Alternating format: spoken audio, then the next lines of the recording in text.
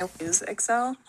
And I went over to her computer and I was like, hey, there's like a really fast way to do this. Like, so you're going to open up Excel. And she was like, where is that? This sweet girl was trying to help an older coworker navigate Excel and like email attachments, and like the woman just didn't know anything about it. And she says older, so I'm gonna assume somewhere around my age. I'm 47, and I can't imagine the idea of like not being able to navigate basic functions. But this is the part that I think is really important to hear. Not their fault. They didn't grow up with technology. And that's where things go sideways, because here's the thing. I'm 47 years old. We absolutely grew up with technology. Not only do we grow up with it, but we grew up alongside it as it was growing and evolving, as it was being introduced into the workforce, into your daily life. We grew up alongside it. We should be most proficient in it, not least. And now here's the thing. Am I good at Excel? No, I'm not. But I don't need it a lot for my job. So I only know enough that I need to get through, but I don't really have to know much more. I just need to be friends with somebody who knows more when I need something more comprehensive done. The person that I go to most for any kind of Excel needs is in his 50s. So, like, we're not talking about people who just didn't know, it was a choice.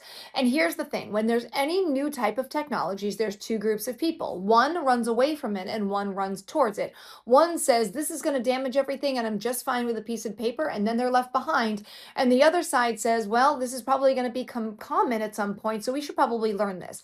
And this is what I fear is happening with AI right now. There's some people who are leaning in really hard to it, and as things get developed over time, there's going to be a ton of crash and burns. And we saw this as these technologies came up. Excel came up alongside a ton of other programs that you don't use as a household name, but they didn't know that Excel was Excel until Excel, well, it excelled.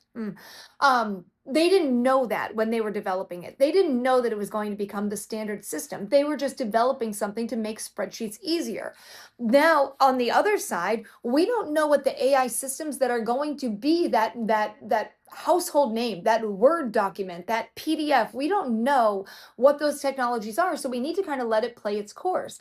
The very anti-AI rhetoric is forgetting that in every type of industrial revolution, whether it was the first tech revolution of just coming up with computer programs, or the AI revolution, or even just the steam engine, you have to let it run its course. There's going to be probably 95% of the things that are built are going to crash and burn on the floor, and that is normal. But because not everybody's lived through it, they kind of put it to the wayside. However, if you don't at least start investing in understanding how to use this technology, you're going to end up exactly where this poor woman is with trying to navigate Excel. And you better hope that you have some wonderful coworker who just has so much patience for you, because that sweet woman has so much grace for her coworker, because I think I might lose it.